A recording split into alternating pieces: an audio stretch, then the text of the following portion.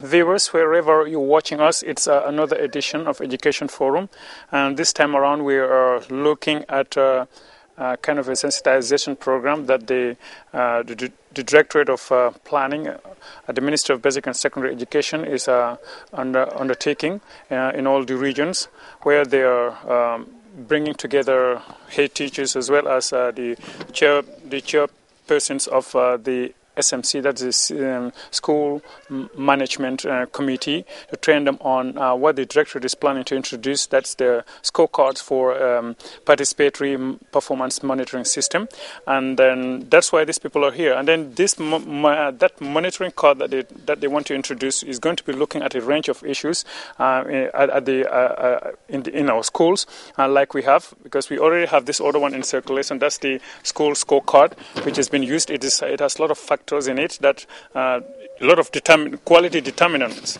and then that one includes like student-teacher ratio, the percentage of qualified teachers, number of students per maths textbook, and the number of students per English textbook. You also it also includes the performance at the national assessment in the national assessment test in grades 3 and 5. But those performances will be concentrated on English and mathematics. You also the scorecard, the school scorecard, looks at the dropout rate from grade 6 to from grade 1 to 6, and then the results that's the aggregate results for Gabege, particularly in core subjects like English, mathematics, sciences, and social environmental studies. It also looks at the dropout rate in between grade 7 and 9. Also resources, performance, and efficiency indices at the school level. This is as against the district, as against the region, and as against the nation. So this particular one that they're trying to, that is sensitizing the community on, which is PPM, that's the Participatory Performance Monitoring System, is meant to get the community so much involved in the running of the school, and then the community will also have the opportunity to be kind of monitoring the performance of the school, because they realize that the community is also a very crucial partner in this whole thing. So if you get them involved in monitoring of the school, that will encourage a sense of ownership.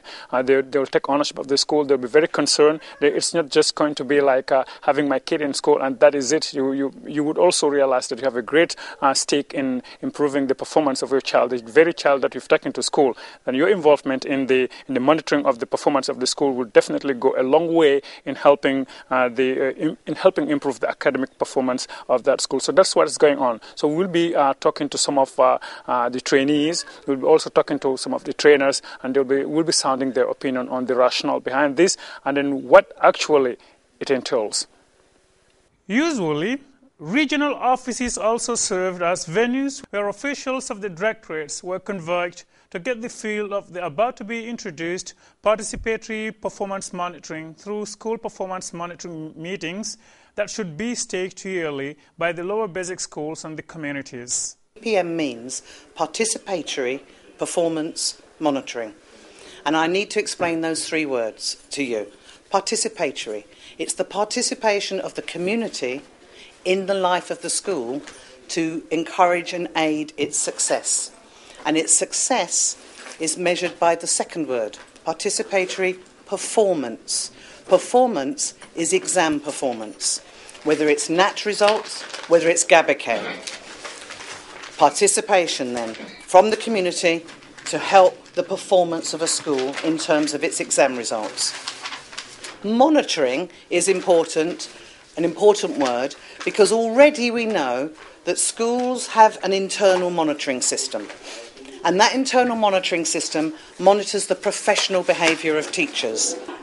So we look at classroom preparation, teaching preparation, classroom delivery, and other forms of monitoring of the life of the school. It might be the hygiene standards, the water, the food, other things that have to be monitored. So there's an internal monitoring system that's well established now. We have external monitoring, and in the minimum standards, you'll see that the first strand is cluster monitoring. So that's why we have the cluster monitors. They're now well established and well able to go into schools and make judgments about the strengths, the areas for development, and they can help the schools meet the minimum standards. External monitoring by region. There's also a second regional external monitoring where regional staff go to visit schools. And that's a form of external monitoring. And you'll choose what it is you want to monitor as a region. And you'll give feedback and support to help the school. SCAD is an external monitor.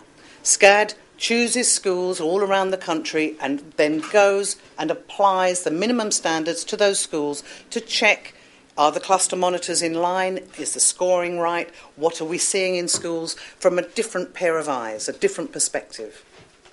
Now, that's quite well established, but the final piece of external monitoring is community monitoring. And we know from the minimum standards there's a section on community monitoring where a school should encourage the SMC to be involved with monitoring the life of the school. But it can be something that the school and the SMC or PTA work together to decide how they're going to do. And it's not always appropriate for an SMC member to make professional judgments about what's going on in school because they're not professionally trained. But they can make judgments about other things because they're able to. They can see if the school is thriving and meeting its policy statements. But PPM starts to say the community deserves a lot of information, clear information about how successful the school is. And you do that through the use of something called the community scorecard.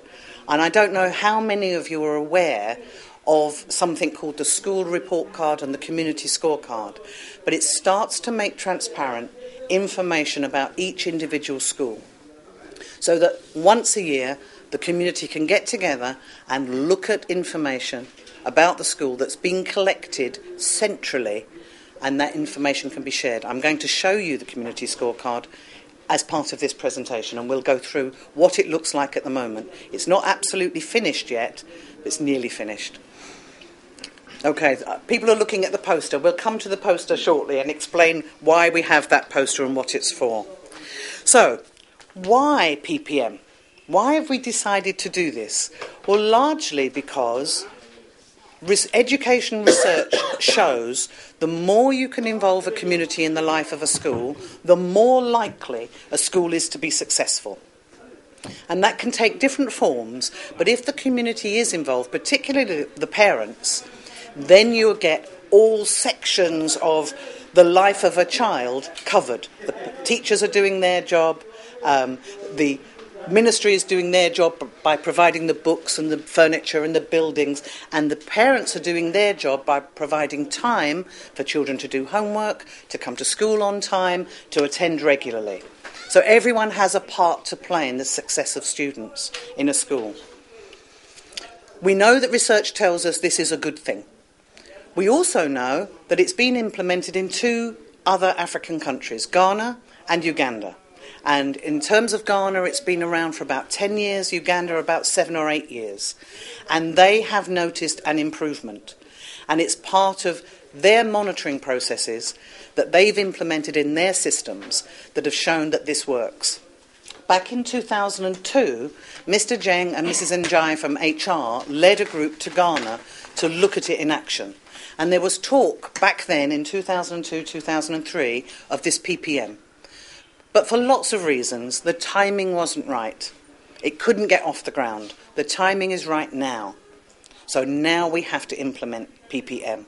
And this is why we're going to all the schools in their clusters to explain what's coming and to explain to you how important this is. So we know this will help if it's done properly. So you need to know what you can do as regional staff to help this process move forward. So the nuts and bolts then. When and where does this take place? There's 2 parts to PPM, 2 essential parts. One part is having the scorecard, and the other part is having an annual meeting at which that scorecard is discussed.